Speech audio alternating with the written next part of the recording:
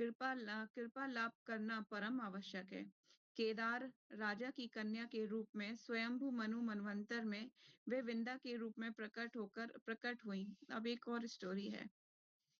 और इस वन में तपस्या की जिसके कारण इस स्थान का नाम वृंदावन पड़ा। कैसे पड़ा ये वृंदावन? इसका नाम केदार राजा की कन्या के रूप में उन्होंने जन्म लिया था। कहाँ? स्वयंभू मनु सॉरी स्वयंभू मनवंतर में वे विंदा के रूप में प्रकट हुई थी और इस वन में तपस्या की जिसके कारण इस स्थान का नाम क्या पड़ गया? वृंदावन। ठीक है, आप इसको हाईलाइट कर लीजिए। कैसे पड़ा वृंदावन का नाम वृंदावन? ये यहाँ पर स्टोरी है। ये स्टोरी कभी ये सुना ही नहीं होगा आपने कि वृंदावन वृंदावन तो कहते हैं, पर वृंदावन का नाम कैसे पड़ा? ठीक है। श्री भक्ति रसामृत सिंधु में कहा गया है, कृष्ण के आकर्षक स्वरूप का वर्णन वृंदा ने किया है, जो एक व्रजगोपी हैं जिनके नाम से वृंदावन नाम पड़ा। वृंदावन वन शब्द का अर्थ है जंगल। वृंदावन एक नाम है जो उस वन को दिया गया है जहाँ श्रीमती वृंदा देवी तुलसी बहुत अधिक मात्रा में उगती हैं। कैसे उगती हैं? अधिक मात्रा में उगती हैं। श्री चैतन्य चरितामृत मध्य लीला 17.13 रसाचार्य शील रूप गोस्वामी ने श्री राधा कृष्ण गणों देश दीपिका में कहा है कि चंद्रभानु की कन्या के रूप में वह प्रकट हुई हैं और कृष्ण के संदेशवाहक दूत कुंजों की निर्माण व्यवस्था एवं आयुर्वेद में सुनिपुण हैं। राधा कृष्ण मिलन करवाना ही वृंदा का एकमात्र कार्य है। वे वास्तव में समस्त लीलाओं की मुख्य निर्देशक हैं। जैसे कि पूर्णमासी का वर्णन हमने पढ़ा था, है ना, ग्लोरीज ऑफ श्रीमती राधा रानी में, उसी तरह से वृंदा देवी भी ऐसा अरेंजमेंट करती हैं भगवान श्री कृष्ण और राधा रानी को मिलाने का। ठीक है, तो यहाँ पर इतना बताया गया। और एक चीज हमने एक और पढ़ी थी कि मायापुर धाम भी श्रीमती राधा रानी ने ही क्या किया है, उसको इवेंट किया है, बनाया है, उसी को राधा रानी ने ही उसको प्रकट किया है। ठीक है ना। तो वहां पर जो वृंदावन में जितने तीर्थ स्थान है वहां पर भी वो सारे मिलेंगे आपको। जब आप जाओगे तो वहां पे एक एक चीज आपको समझाई जाएगी, यहाँ पर ये है, यहाँ पर ये है, तो देयर इज नॉट डिफरेंट। ठीक है। और तुलसी की बात रही तो वृंदावन में मुझे तुलसी तो कम मिली देखने के लिए, पर एक जगह है जहाँ पर मैंने सुना है कि पूरा वृंदा देवी का कुंड टाइप का है, एक जगह है, उसके जगह का नाम मुझे अभी याद नहीं आ रहा, जिसमें सिर्फ तुलसी ही तुलसी है और कुछ नहीं है। सिर्फ तुलसी और तुलसी के पेड़ भी पता है कितने कितने फीट है? 9 फीट 7 फीट के पेड़ हैं, इतने बड़े बड़े, जो हमने अपनी पूरी लाइफ में इतनी बड़ी तुलसी नहीं देखी होगी, तो वहां पर है। और कहते हैं कि this is transcendental place, Radha Krishna always वहां मिलते हैं हमेशा। वो एक माता जी ने मेरे से डिस्कस किया था, वो बहुत कभी हुआ तो मैं उनसे पूछूंगी और हम जाएंगे तो उस स्थान पे जरूर जाएंगे।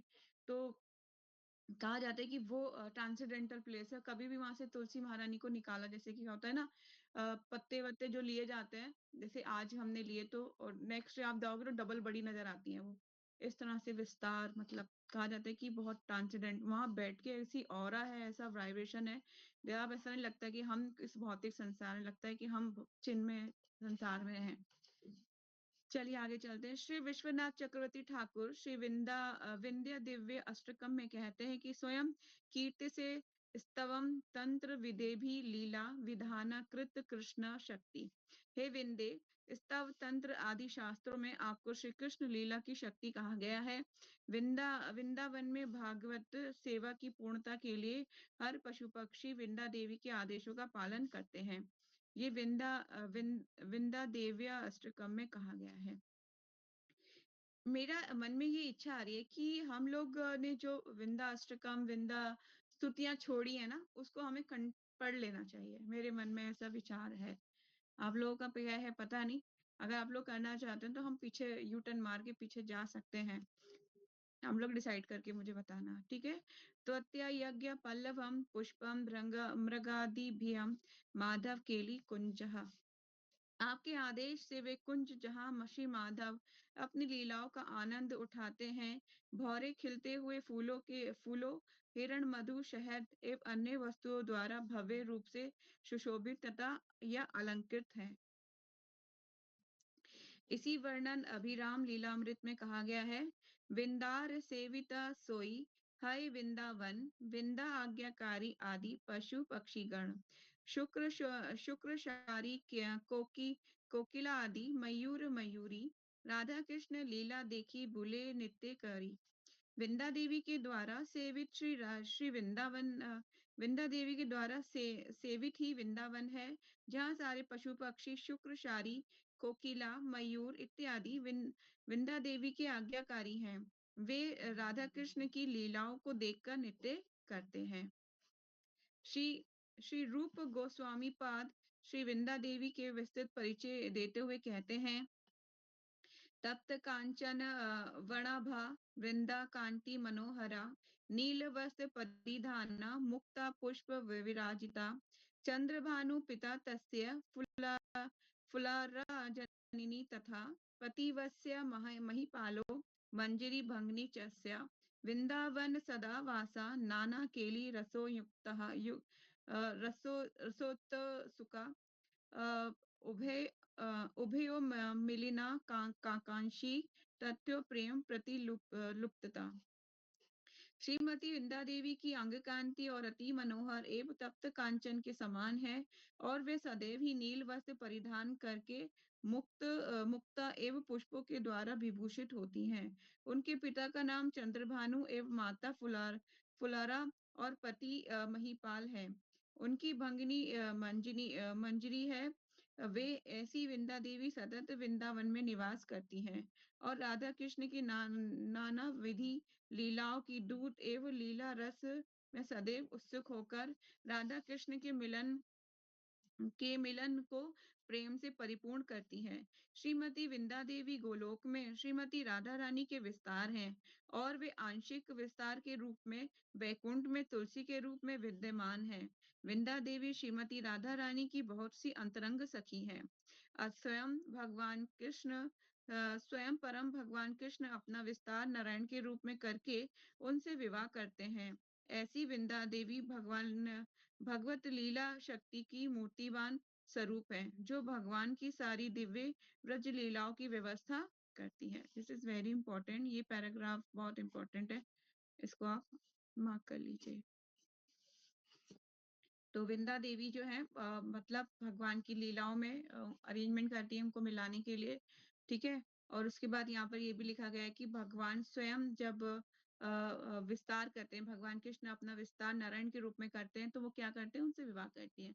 तो एक चीज पर हमें थोड़ा फोकस करना चाहिए कि वृंदा देवी भगवान की नारायण के रूप में ज्यादा उनकी जो कथाएं अभी हमने पढ़ी थी, उनके प्राकृतिक की 4 स्टोरीज पढ़ी थी, उनमें से स्टोरीज में हर स्टोरीज में भगवान विष्णु के प्रति शरणागत है वो।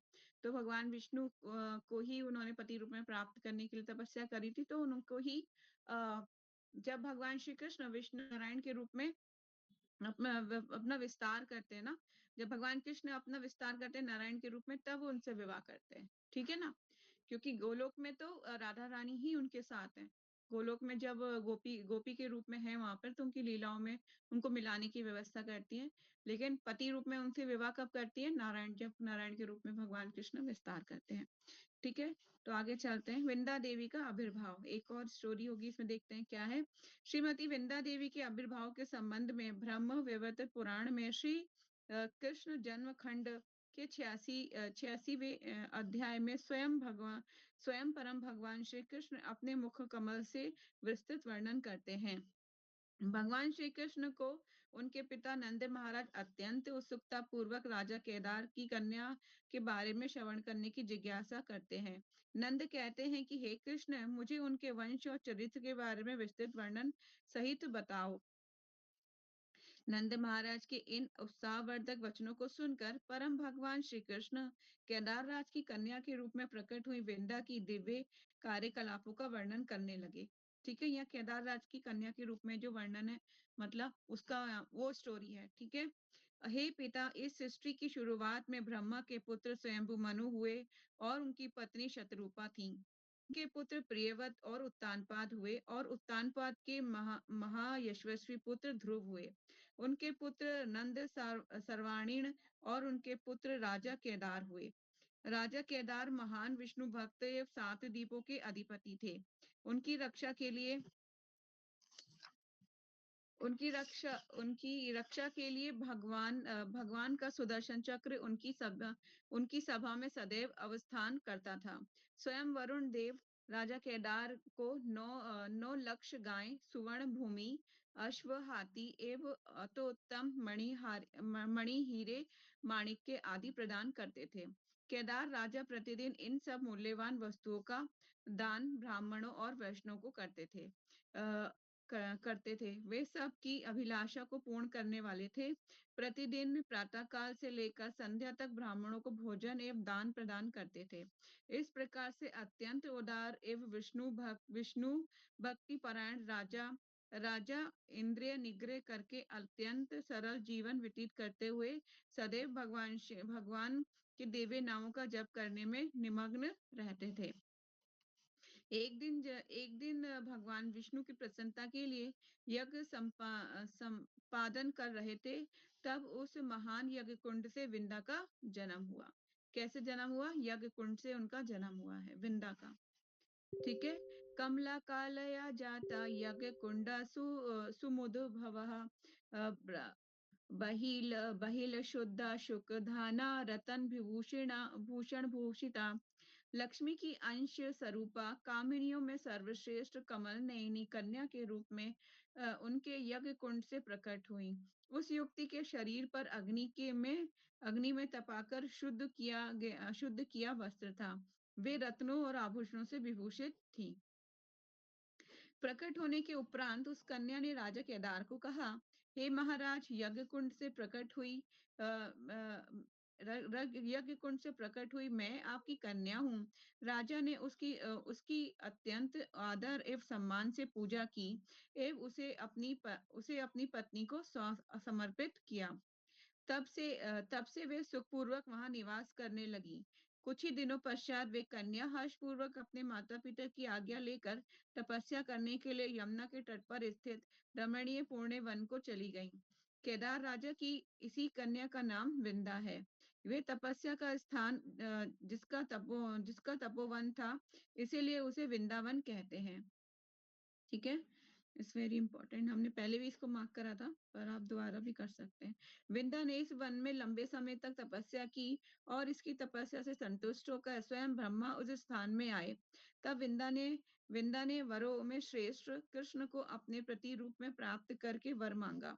तब ब्रह्मा ने उसे वरदान दिया कि कुछ ही काल के पश्चात भगवान श्री कृष्ण पति के रूप में प्राप्त करोगी। किसने वरदान दिया था? किसने दिया था वरदान? ब्रह्मा जी ने। ठीक है।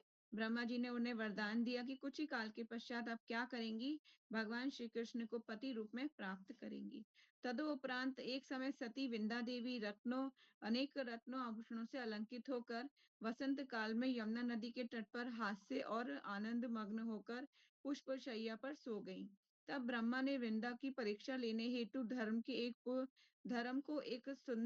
परम सुंदर तरुण, किसको? धर्म को एक सुंदर परम सुंदर तरुण ब्राह्मण के रूप में उनके उनके निकट भेजा। तब विंदा ने उस निर्जन वन में चंदन चर्चित और रत्नों से विभूषित ऐसे अति उत्तम नवयुवक पुरुष को देखा। विंदा ने उसकी पूजा एवं प्रणाम करके फल मूल आदि प्रदान करके भोजन कराया। विप्र रूप धारण करके करने वाले ने विंदा की पूजा स्वीकार करके कामुक रमणियों से अभिलाषित हेतु सती साध्वी रमणी के लिए असहनीय वाक्य बोलना आरंभ किया। धर्म ने कहा, हे मनोहरे, तुम जिसकी कन्या हो और तुम किसकी कन्या हो और तुम्हारा नाम क्या है? यहाँ एकांत निर्जन स्थान में तुम क्या कर रही हो? हे सुंदरी, तुम क्या चाहती हो और क्यों तपस्या कर रही हो? तुम्हारे मन में जो अभिलाषा हो वे वरदान मुझसे मांगो। इन वचनों को सुनकर विंदा ने कहा, हे ब्राह्मण, मैं केदार राज की कन्या विंदा हूँ। इस निर्जन वन में श्रीहरि की प्राप्ति करने के लिए मैं तपस्या कर रही हूँ। श्री हरि मेरे पति हो। इस एकमेव परम इच्छा वर को यदि आप प्रदान करने में समर्थ हैं, तब आप तब आप मुझे इस परम वर को दे दीजिए। यदि आप ये देने में असमर्थ हो, तो अपने पथ रास्ते पर पुनः गमन कीजिए। तब विप्र रूपधारी धर्म ने कहा, हे विंदे, जो भक्तों पर अनुग्रह करने हेतु विग्रह रूप धारण करते हैं, ऐसे भगवान को पति बनाने के लिए लक्ष्मी एवं सरस्वती के अलावा कौन समर्थ होंगी। वैकुंठ में चतुर्भुज भगवान कि ये दो ही भार्या हैं, मतलब भार्या का मतलब होता है पत्नियां। ये दो ही भार्या हैं। गोलोक में जो दुजभुजी वंशी बजाने वाले किशोर राधा कृष्ण के पति के रूप में अवस्थान करते हैं, ब्रह्मा ब्रह्मा उन कृष्ण का जन्मों जन्मों तक भजन करने से भी यथार्थ रूप में उनको जान नहीं पाते। शिव जी भी अपने पंच वदन 5 मुखों से सदैव स्तुति करते हैं, परंतु उनको जान नहीं पाते। तब ये अन्य किस प्रकार से जान पाएंगे। हे देवी दुर्गा देवी दुर्गा, वसुंधरा, गणेश, कार्तिकेय, अनेक मुनि उनका भजन जानने में असमर्थ हैं। हे कल्याणी, तुम उन पर परम भगवान श्री कृष्ण को अपना पति बनाना चाहती हो, परंतु वे केवल श्री राधिका के लिए साध्य हैं। अन्य कोई भी उन्हें प्राप्त नहीं कर पाएगा। तो उनकी परीक्षा ले रहे हैं कि वो राधा रानी के लिए ही साध्य है। आप उन्हें पति रूप में प्राप्त नहीं कर सकती। ठीक है। ये सब वचन कहने के बाद विप्र रूपधारी धर्म ने कहा, हे सुरवंदिने, मैं देवताओं एवं दानवों से भी अधिक बलशाली हूँ, राजाओं का भी ईश्वर हूँ। अतएव तुम मेरा वरण करो, मतलब मेरा वरण करो, मुझसे शादी कर लो। मुझे अपने पति के रूप में स्वीकार करो। इन तीनों लोकों में सारी सुखभोग वाली वस्तुओं को सुख उपभोग वाली वस्तुओं को मेरे कारण तुम आनंद का उपभोग करोगी। तुम मेरे साथ अति रमणीय स्थान में भ्रमण करो और तुम्हारा कल्याण होगा। कह रहे हैं कि मुझसे विवाह कर लो और तुम्हारा इससे कल्याण होगा। इन सब मधुर वचनों को कहकर विप्र वेशधारी धर्म विंदा के नजदीक गए। उनका विचार केवल विंदा के सतीत्व को जानना था और वे उनको संभोग करने के लिए उद्धत करने लगे ताकि उनकी परीक्षा ले सके। उनकी ये चेष्टा देखकर उस राजकन्या का मुख और नेत्र क्रोध से लाल हो उठे। तब वे धर्म को हित कर सत्य और योग युक्त वचन बोली। अब वो गुस्सा हो गई है बहुत ज्यादा। अब वो गुस्से में बोलेंगी, धैर्य कुरु महाभागा श्रेष्ठ जातेषु ब्राह्मणा ब्रह्म नाना तपोमूलम सत्यम वेदो व्रतम धति पर स्त्री सह संभोगा स्वभाव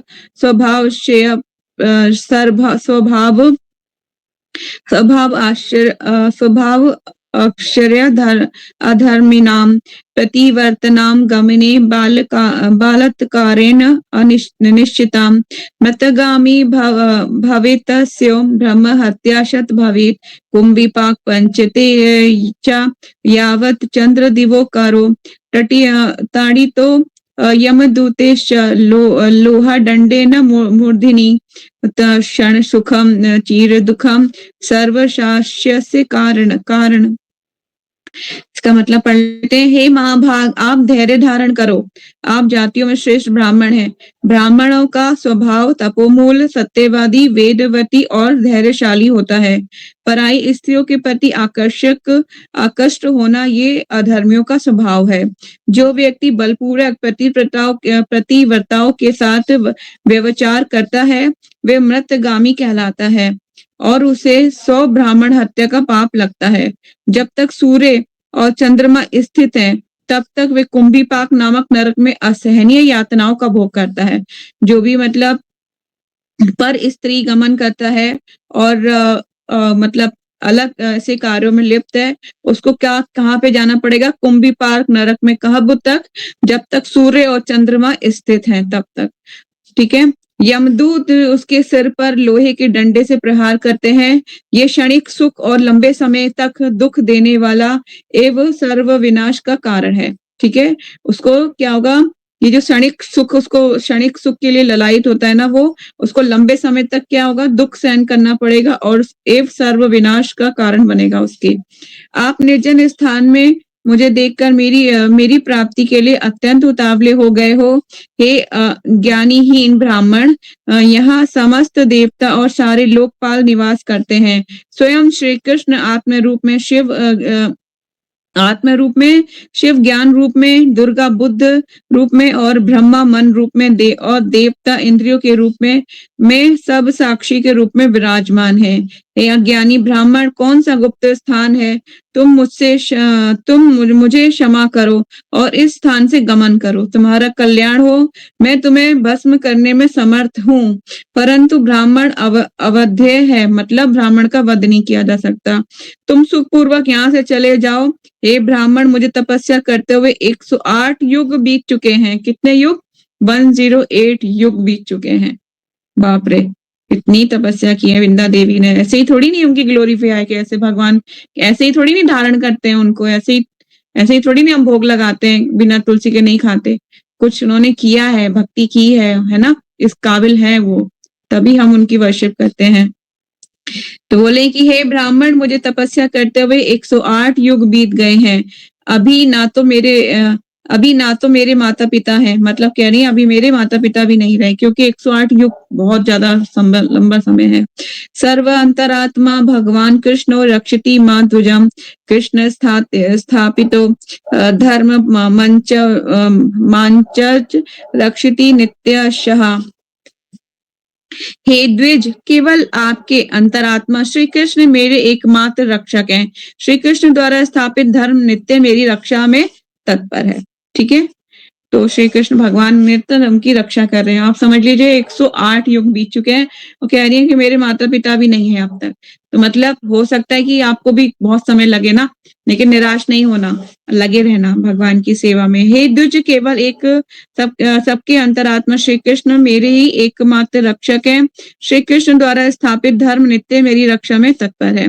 विंदा देवी के नीतिपूर्ण वाक्य श्रवण करने पर भी विप्र रूपधारी छदम वेशधारी धर्म अन्यत्र न जाकर विंदा को ग्रहण करने के लिए उनके निकट आने लगा।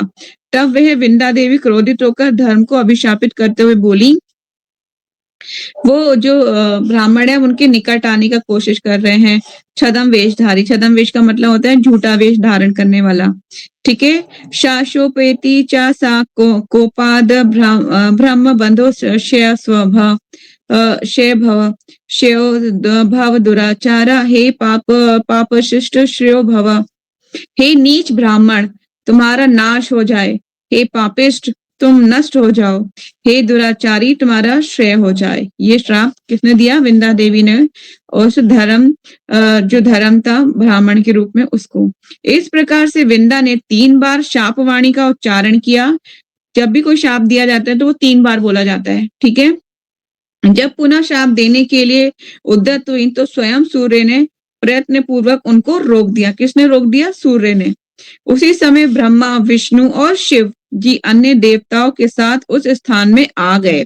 इस शाप से धर्म अति कृश एवं दिग्ध मलिन होकर मूर्छित होकर गिर गए। विष्णु ने कहा, हे जन्म मृत्यु एवं जरा हरण करने वाली विंदे, तुम मेरे भक्त धर्म को जीवित करके रक्षा करो। तब ब्रह्मा ने कहा, हे विंदे, धर्म के बिना जगत अंधकार से आच्छन्न हो गया है। सूर्य, चंद्र, अनंत और वसुंधरा कंपित हो रही है। सब धर्म के जीवन दान की याचना की। देखिए, धर्म जो है वो अत्यंत इंपॉर्टेंट है। अब अपने अपने धर्म का पालन करना पड़ता है ना। धर्म, जब तक धर्म की स्थापना के लिए तो भगवान आते हैं। क्या बोलते हैं भगवान भगवत गीता में? यदा यदा ही धर्मस्य ग्लानिर्भवति भारत अभ्युत्थानम धर्मस्य तदात्मानं सृजाम्यहम्। ठीक है, तो धर्म की स्थापना तो उन्हें करनी। अब यहाँ पे जैसे श्राप दे दिया है विंदा देवी ने धर्म को, तो सब आ गए हैं, ब्रह्मा, विष्णु, शिव, महेश, है ना, सब आ चुके हैं।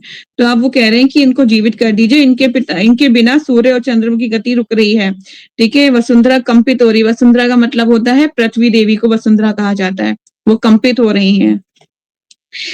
सबने धर्म के जीवन दान की याचना करी। देवताओं की इस याचना को सुनकर पतिव्रता तपस्विनी वृंदा प्रणाम अर्पित करके बोलने लगी। वृंदा ने कहा, हे देवताओं, मैं नहीं जानती कि ब्राह्मण वेशधारी धर्म है और मेरी परीक्षा के लिए आए हैं। मुझे प्राप्त करने के लिए वे अत्यंत उद्यत हो उठे, इसलिए क्रोधवश मैंने श्राप दिया।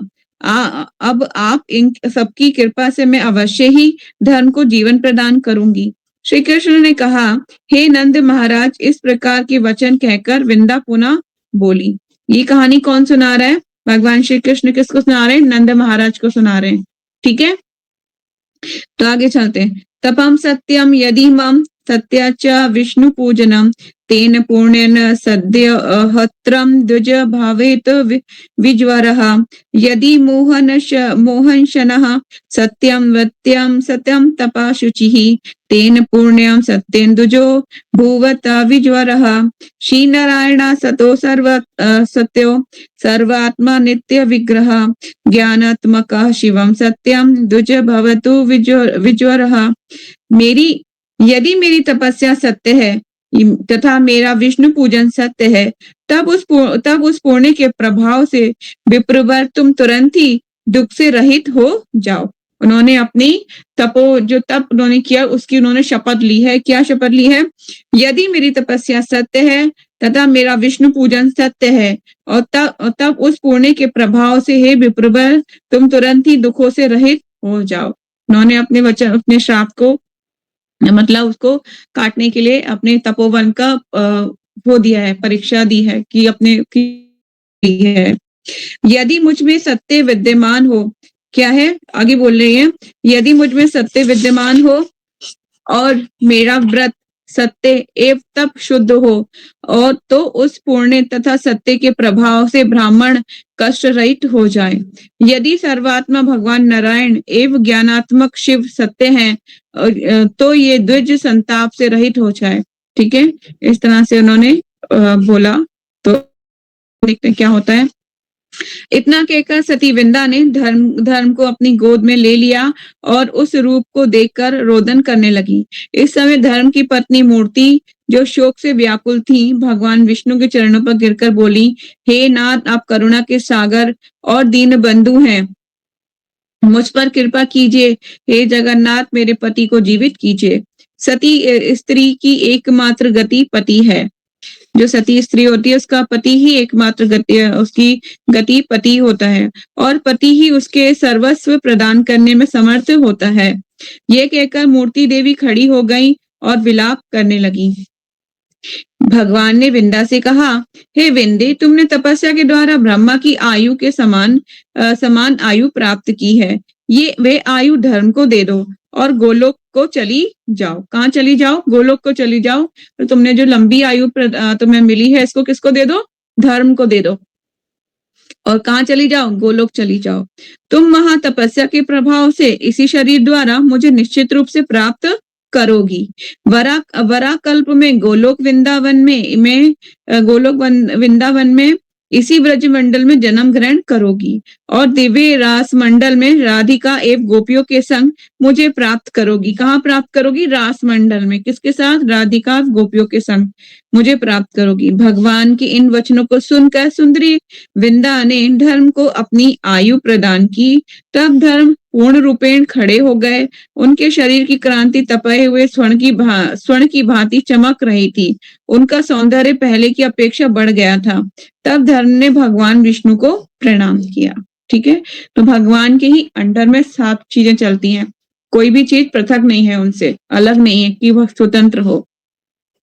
पुनः विंदा देवी ने कहा, हे देवताओं, मैं सत्य वचन जिसका उल्लंघन करना कठिन है, आप सावधानी पूर्वक श्रवण करो। अब कुछ कहना चाह रही है विंदा देवी। मैंने क्रोधवश 3 बार शिव भवः, तुम्हारा नाश हो जाए, ऐसा वचन कहा और पुनः कहने जा रही थी, परंतु सूर्य ने मना कर दिया था। उसका फल ये होगा कि ये धर्म सतयुग में जैसे पहले परिपूर्ण था उसी तरह से इस समय भी रहेगा, परंतु त्रेता में इसके 3 पैर। अब ध्यान से सुनिएगा और उसको बहुत इम्पोर्टेंट है ये, इसको आप हाईलाइट कर लीजिएगा और ये एक मतलब नोट्स भी बनाइएगा इसके। आगे चलते हैं, क्या बोल रही है विंदा देवी। इसका फल ये होगा कि ये धर्म सतयुग में जैसे पहले परिपूर्ण था उसी तरह इस समय भी रहेगा, परंतु त्रेता में 3 पैर, द्वापर में 2 और भयावह कलयुग में प्रथमा अंश 1 पैर ही रहेगा इसका धर्म का। ठीक है, पुनः सतयुग आने पर परिपूर्ण हो जाएगा। मेरे मुख से 3 बार श्रेय शब्द निकला है, इसलिए उसी क्रम में श्रेय भी होगा। ठीक है? उन्होंने 3 बार बोला है ना, तो पहले में क्या होगा? पहले में ये परिपूर्ण रूप से रहेगा, त्रेता में इसके 3 पैर रहेंगे। ठीक है? द्वापर में 2 और भयावह कलयुग आने में धर्म का कैसा रहेगा? 1 ही पैर रहेगा। और पुनः सतयुग आने पर वे परिपूर्ण हो जाएगा। मेरे मुख से 3 बार क्षय शब्द निकला है, इसीलिए इसी क्रम में इसका भी इसीलिए इसी क्रम में से क्षय भी होगा। मन में पुनः कहने का विचार करने पर सूर्य ने मुझे रोक दिया था। इसी कारणवश धर्म कलयुग में समाप्ति में कला में ही रह जाएगा। ठीक है? जो कलयुग के अंत में कैसा रह जाएगा? कला में। परम भगवान श्री कृष्ण नंद महाराज से कहा, हे पिता, इस समय से विंदा इन वचनों के उपरांत अत्यंत वेग पूर्वक गोलोक धाम से एक सुंदर एवं शुभ रथ वहां उपस्थित हुआ। सारे देवताओं ने उसका दर्शन किया। उस रथ का निर्माण अमूल्य रत्नों के द्वारा हुआ था। वे उत्कृष्ट रत्न माणिक्य, मुक्ता, वस्त्र और रतन जड़ित दर्पणों से विभूषित था। उस रथ को देखकर श्री वृंदा ने भगवान विष्णु, शिव, ब्रह्मा तथा समस्त देवताओं को प्रणाम किया और गोलोक धाम को चली गई। तत्पश्चात सभी देवतागण अपने अपने स्थान को वापस चले गए। ठीक है? तो ऐसे ये स्टोरी है, बहुत सुंदर है ये भी स्टोरी। तो आप इसका नोट चाहें तो बना सकते हैं कि उन्होंने जो श्राप दिया है वैसे ही धर्म का भी, और ये सत्य है, भागवतम भी इसकी पुष्टि करता है कि धर्म का 1 ही पैर कलयुग में रह जाएगा। ठीक है? तो 10,000 साल का तो गोल्डन पीरियड है जिसमें भगवान का नाम लोग लेंगे। ठीक है? उसके बाद जैसे जैसे 10,000 साल खत्म हो जाएंगे तो कलयुग का जो अत्यंत भयावह रूप है वो सामने आएगा, और कलयुग के अंत में फिर भगवान का कल की अवतार होगा, और फिर वो सारे जो असुर हैं उनका वध करने के बाद फिर सतयुग की स्थापना करके भगवान गोलोक वापस चले जाएंगे। तो ये होगा पूरा सारी, ये हमारे शास्त्र इस तरह से इसको एक्सप्लेन करते हैं, और एक एक चीज घट भी रही है, हम देखिए उसी के अकॉर्डिंग। तो नेक्स्ट हम पढ़ ले, या फिर कोई डाउट है आप लोगों का? कोई क्वेश्चन, कोई डाउट?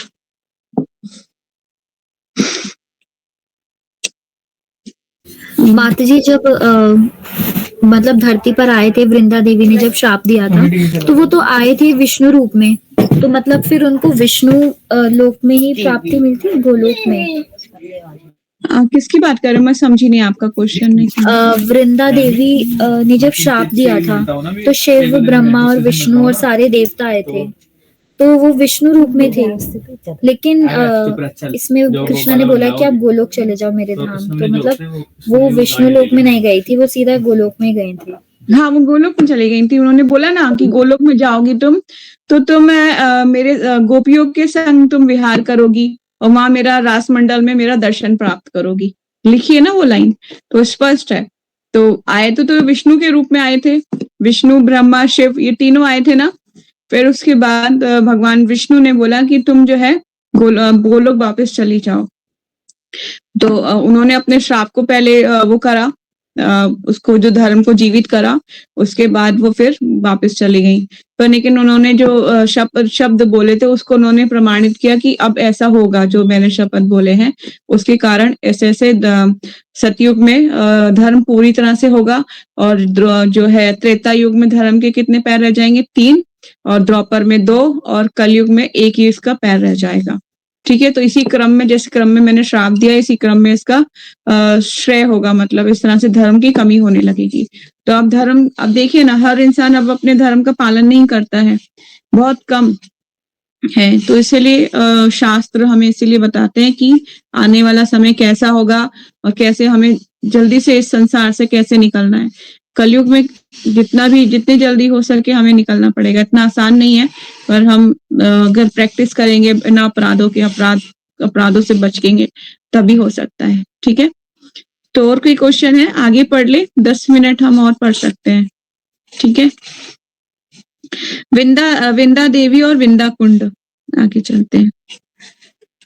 श्री श्री राधा कृष्ण गणोदेश दीपिका में श्री रूप गोस्वामी ने कृष्ण की गोपी दूतों में विंदा देवी का श्रेष्ठ गोपी दूत के रूप में वर्णन किया है। विंदा देवी वृंदावन स्थल के लक्षणों या भूगोल को निपुणता पूर्वक जानती हैं और वे वहां के प्रत्येक कुंज एवं उद्यान से घनिष्ठ रूप से परिचित हैं। वे बागवानी के विज्ञान को भी पूरी जानकारी रखती हैं। समस्त गोपी दूत श्री श्री राधा एवं कृष्ण के प्रति अत्यधिक प्रेम से पूर्ण हैं, परंतु उनमें विंध्या देवी श्रेष्ठ हैं। उनका पिघलते हुए सोने सदृश सुंदर रंग है। नीले रंग के वस्त्र धारण करती हैं। राधा रानी की जैसी ही है ना स्वभाव, उनका विस्तार है, तो वो भी नीले वस्त्र धारण करती हैं और मोतियों तथा पुष्पों के सुशोभित रहती हैं।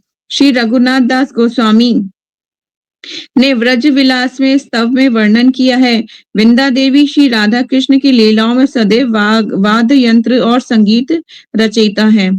क्या करती है वो? भगवान श्री राधा कृष्ण की लीलाओं में दिव्य वाद्य यंत्र संगीत बजाती है, ठीक है ना। तो कोई ना कोई सबकी ड्यूटी है, मतलब कोई ना कुछ ललिता विशाखा अलग करती हैं, फिर रंग देवी सुदेवी सबके अपने अपने इंस्ट्रूमेंट्स हैं, कुछ बजाती हैं कुछ खिलाती हैं भगवान को। वे लीला कुंजों में रको सजाती हैं और दिव्य युगा जोड़ी की प्रसन्नता में वृद्धि करने के लिए एक उत्सव विषयक उल्लास पूर्वक वातावरण उत्पन्न करती हैं और राधा और कृष्ण के मिलन की व्यवस्था करने में निपुण है। वे परम दिव्य युग के मिलने का स्थान प्रबंध करने के लिए श्रेष्ठ स्थानों की भी जानकारी रखती हैं। पुष्प लताएं एवं वृक्ष उनके निरीक्षण में रहते हैं और वृंदावन के समस्त पक्षी एवं पशु उनके ही आदेशों का पालन करते हैं। वहीं से एक तोता अन्य 1,00,000 तोते शिष्यों को भेजता है, जहां वृंदा के संदेशों या घटनाओं की चेतावनी देने के लिए सारे व्रज में उड़ते रहते हैं। हाँ, ये सच बात है जो मैं बता रही थी आपको। वो स्थान वो वृंदा कुंड है, ठीक है। और आज भी वहां पर अनगिनत तोते पाए जाते हैं, तोते, बहुत सारे तोते, और तुलसी महारानी के बहुत बड़े बड़े वृक्ष है। तो वो वृंदा कुंड है। हम सर्च करेंगे कि वो कहाँ पे मिल सकता है हमें देखने के लिए वृंदावन में। हमें सदैव इससे अवगत होना चाहिए कि व्रज की सारी लीलाओं की व्यवस्था योग माया पूर्णमासी द्वारा होती है। देखिए आ गया ना पूर्णमासी का नाम, कि व्रज की सारी लीलाओं की व्यवस्था योग माया पूर्णमासी के द्वारा होती है, परंतु उनके पास एक विशेष विभाग है और इस विभाग का प्रकट रूप क्या है? श्री वृंदा देवी है। वृंदा देवी विशेष प्रिय सखी हैं, जो कृष्ण के निकुंज लीला की प्रभारी है। वृंदा देवी की आज्ञा से ही वृंदावन सुंदर दिखता है, जैसे कि वसंत ऋतु के सारे गुणों से विभूषित जान पड़ता है, जिसकी आज्ञा से पुष्प खिलने लगते हैं और अपनी सुगंध को चारों ओर फैलाते हैं। हवा बहने लगती है और भ्रमर मंद मुग्ध होकर गुंजन करते हुए इधर उधर घूमते हैं। मधुमक्खियां अति सुंदर कमल की शहद से नशीली होती हैं और मोर और हिरण यहाँ वहां नृत्य करते हैं। वृंदा देवी की आज्ञा और कृपा से वृंदावन अति रमणीय हो जाता है और राधा कृष्ण की दिव्य लीलाओं के लिए अद्भुत स्थान वातावरण बन जाता है, ठीक है। वृंदावन का जो आज रूप दिखता है, और आज से जब प्रभुपाद की मैंने कुछ ना पहले की पिक्चर्स देखी हैं, प्रभुपाद रूम पे आपने शायद नोटिस किया है या नहीं पता नहीं मुझे, तो वहां पर वृंदावन की पुरानी पिक्चर्स हैं जिसमें प्रभुपाद घूम रहे हैं, ऐसी कुछ पिक्चर्स मैंने देखी हैं। तो वृंदावन पहले सच में इतना घना हुआ करता था और चारों तरफ पूरी ग्रीनरी हुआ करती थी, और अब तो वृंदावन वृंदा शहर जैसा लगता है ना, वन नहीं लगता है वो। तो कहने का मतलब है कि इतना सुंदर हुआ करता था वृंदावन, और पहले कुछ लोग जो जाते थे उनको पता है कि कैसा एकदम घना घना सब जगह जंगल हुआ करते थे, ठीक है। आगे चलते हैं। नंद महाराज का नित्य निवास स्थान नंदगांव नंदीश्वर पहाड़ी पर बना है। ये है सच बात है, नंदीश्वर पहाड़ी है और उस पर कौन सा बना है? नंद महाराज का महल बना हुआ है। वृंदा देवी का स्थान वृंदा कुंड पावन सरोवर के निकट नंदेश्वर पहाड़ी के निचले भाग में स्थित है। अच्छा, जहाँ श्रीमती राधा रानी कृष्ण के लिए कलेवा बनाने के लिए प्रतिदिन सवेरे आती हैं। उसी बीच कृष्ण और बलराम गायों का दूध दोहते हैं और पौर्णमासी व्रज की गुरु उस दिन के लिए दिव्य युगल जोड़ी की आनंद लीलाओं की योजना बनाने के लिए वृंदा देवी उनके स्थल पर मिलती हैं। राधा और कृष्ण के अष्ट का, का, कालीय में से प्रत्येक के लिए वृंदा देवी उपयुक्त वन स्थान की विशेष वृक्ष, पौधे, फल, फूल, पक्षी एवं अन्य पशुओं का विस्तृत प्रबंध करती हैं। अष्टकालीय, आई थिंक इसका मुझे थोड़ा सा नहीं समझ आ रही है लाइन।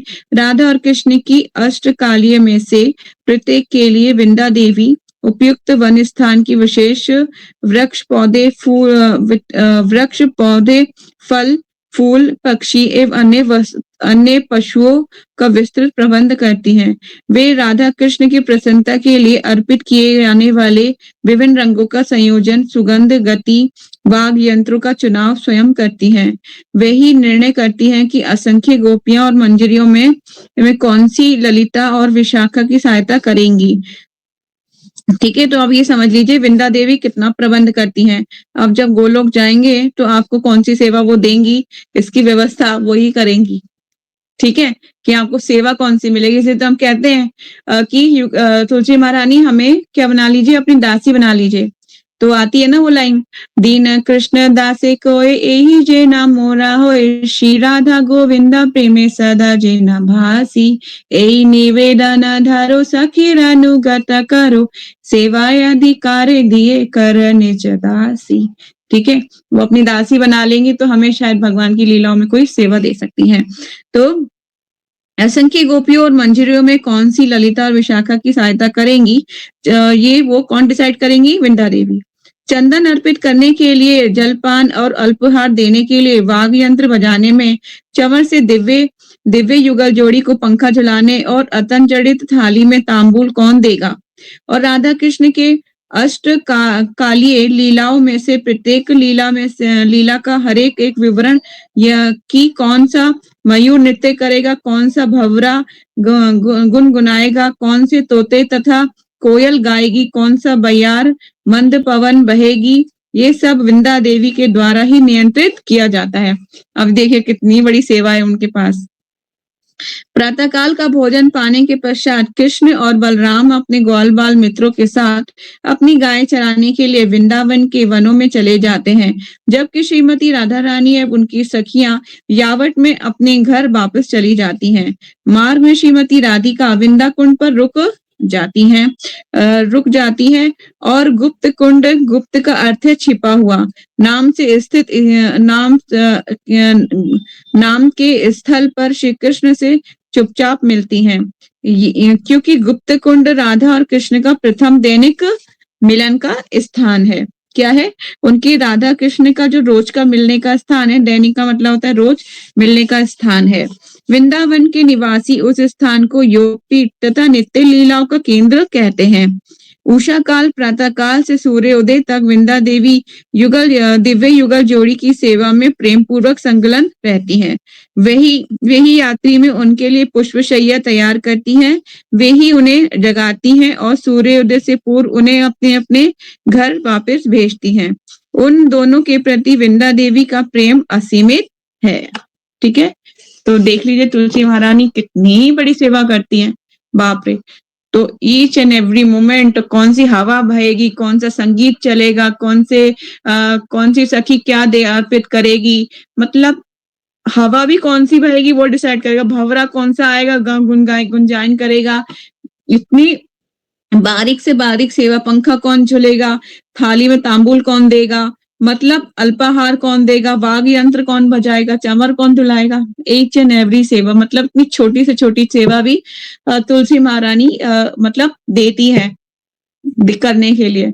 और कौन सी मंजरियां करें, कौन सी सखियां करें, क्योंकि इतनी सारी सखियां हैं, इतनी सारी गोपियां हैं, फिर मंजरियां इतनी सारी हैं, और फिर हमारा नंबर कहाँ आएगा वो तो डोंट नो, ये हमें नहीं मालूम गोलोक में हमारी क्या गति होगी। पहले यहाँ से संसार से निकलने की चेष्टा कीजिए। ठीक है, तो हमें अगर हम देखिए हृदय पूर्वक तुलसी महारानी से प्रार्थना करेंगे ना सेवा के द्वारा, है ना, जैसे मैंने अभी कहा, हमें अपनी सेवा करने की अधिकार दीजिए तुलसी महारानी। तो जब हम ऐसी ही हृदय से प्रार्थना करेंगे ना, तो तुलसी महारानी हमें गोलोक में भगवान की सेवा में लगा सकती हैं। तुम लगाइए, सोचिए हम छोटी-मोटी चीज़ की नहीं वर्शिप कर रहे हैं, हम बहुत ऊँची चीज़ की वर्शिप कर रहे हैं। तुलसी महारानी जब हमें अपनी दासी बना लेंगी, तो इन सेवा में से शायद कोई सेवा आपको भी मिल जाए करने के लिए, ठीक है? तो पॉसिबिलिटीज़ है, लेकिन इसके लिए कठिन तपस्या करनी पड़ेगी, भगवान की नित्य प्रतिदिन उनकी सेवा करनी पड़ेगी। जब हम किसी की सेवा करते हैं तो वो हमसे प्रसन्न हो जाता है ना। फैमिली में भी ऐसे ही होता है, अगर आप एक पापा की सेवा कर रहे हो या मम्मी की सेवा कर रहे हो तो प्रसन्न हो जाते हैं, बोलते हैं हाँ मांगो, क्या मांगा, जो चाहिए मैं तुम्हें देने को तैयार हूँ। तो इसी तरह से तुलसी महारानी की सेवा कीजिए। जब वो अत्यंत प्रसन्न हो जाएंगी तो आपको वर प्रदान करेंगी कि तुम्हारे हृदय में जो इच्छा है युगल जोड़ी की सेवा की, वो मैं तुम्हें प्रदान करूंगी। तो जो सेवा वहां पे होगी वो सेवा आपको प्रदान करेंगी। तो इसलिए तुलसी महारानी की जय। ठीक है, कोई क्वेश्चन है आपका?